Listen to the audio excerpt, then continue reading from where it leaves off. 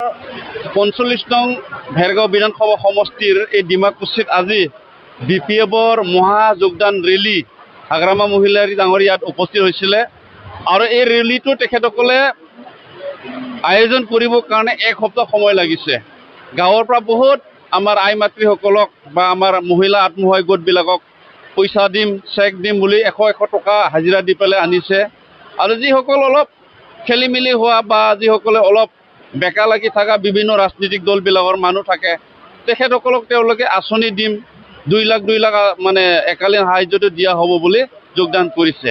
এতিয়া তেওঁলোকে হাঁহি হাঁহি যোগদান কৰিছে কিন্তু BPFত যোৱাৰ লগে লগে তেওঁলোকে কান্দি কান্দি থাকিব লাগিব।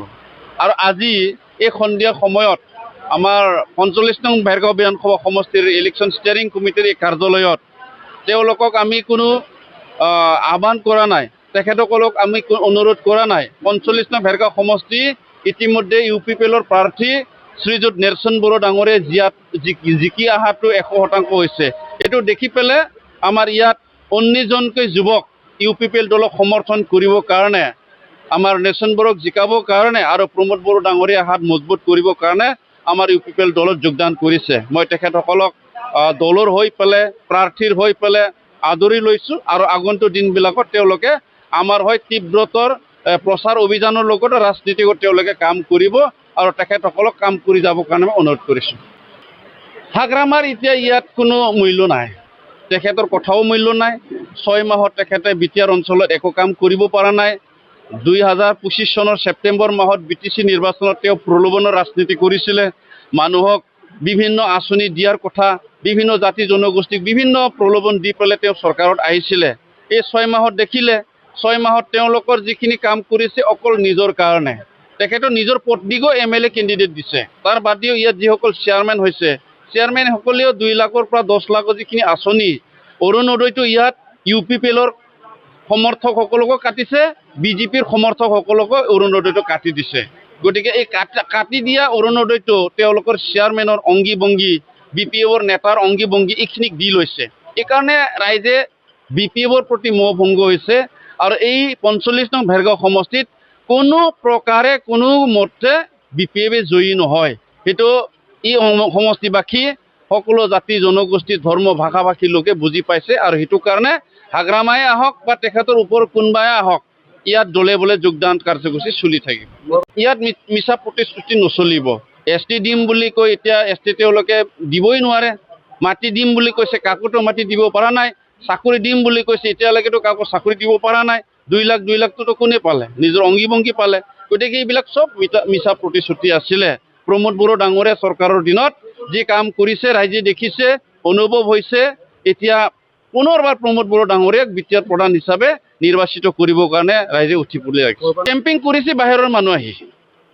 যোৱা কেইদিনমান আগত তেওঁলোকে কাৰ ৰেলী কৰিলে, টংলা সমষ্টিৰ পৰা, গড়েশ্বৰ সমষ্টিৰ পৰা, তামুলপুৰ সমষ্টিৰ পৰা হায়াৰ কৰি পেনে তেওঁলোকে কেম্পিং কৰিছে। আৰু আজিও আমি দেখিছোঁ, আজি হাগ্ৰামা মহিলাৰী ডাঙৰীয়া ইয়াত আহিছিলে, ইমান সময়টো নাথাকিলে আৰু আজিও ওদালগুৰিৰ পৰা বা টংলাৰ পৰা বা আমাৰ গড়েশ্বৰ বা তামুলপুৰৰ পৰা মানুহ আনি তেওঁলোকে ইয়াত গেডাৰিংটো দেখাইছে। মানে ডিমাকুছিবাসী বা আমাৰ ভেৰগাঁওবাসী ৰাইজক তেওঁলোকে নিজৰ লগত বহুত মানুহ আছে বুলি দেখাব বিচাৰিছে।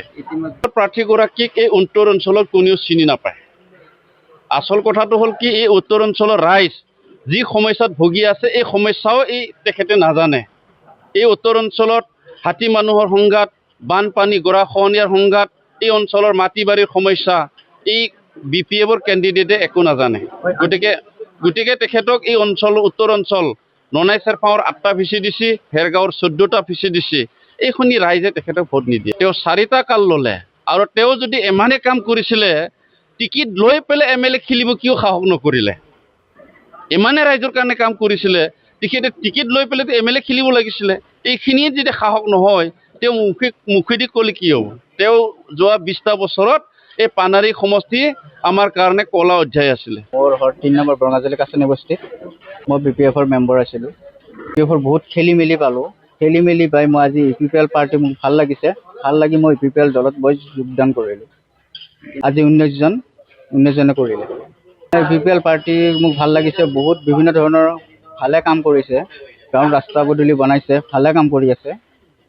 ইউ পি পি এলত সদায় থাকিম আৰু সদায় আছোঁ। হয় একদম 100% জিকিব। নেশ্যন বড়ো চাৰুকা দিম। মোৰতো বহুত আশাবাদী 100% জিকিবই।